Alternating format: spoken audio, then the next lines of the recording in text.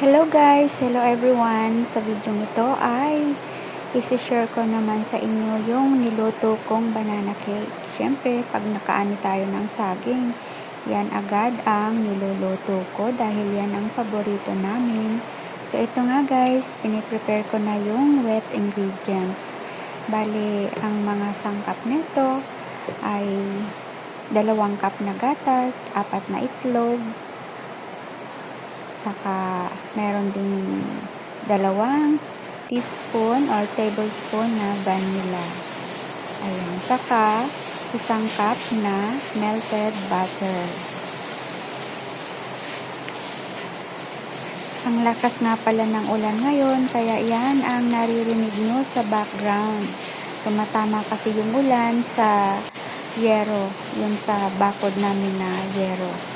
Yun ang naririnig nyo guys na mga labas-las. Ito na nga guys, haluin na natin yung wet ingredients. Kapag katapos natin haluin yan, ay ilalagay na natin yung dry ingredients. So, nandyan din pala guys yung mga saging na minash ko ng tinidor. Bali, ang ginamit ko dyan na saging ay 12 na pirasong saging dahil nga medyo maliliit. Ayan.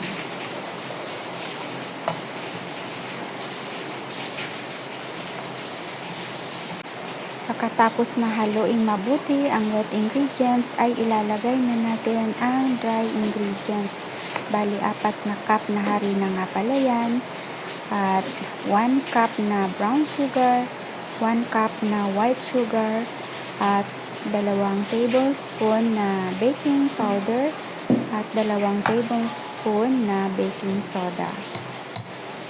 So, ayan guys, haluin ng mabuti pero huwag susobrahan ng paghalo para hindi matigas ang ating cake.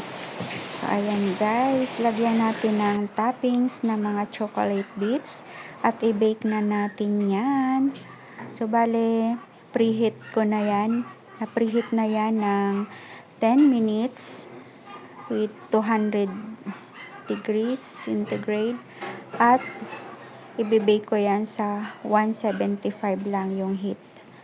At saka for 50 minutes lang. Yan guys.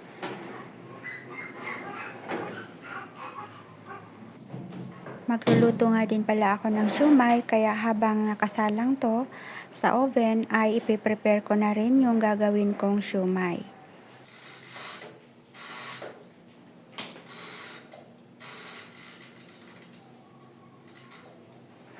So ayan nga guys, luto na ang ating banana cake at tapos na rin akong maggayat ng mga gulay na carrots. Ayan, grenade ko lang yan guys.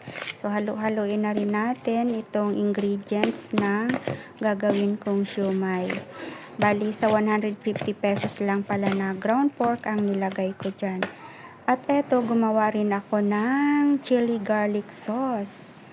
So ayan guys, isalang na natin ang siumay at hintayin nating maluto. So ayan guys, luto na ang ating siumay. Thank you for watching.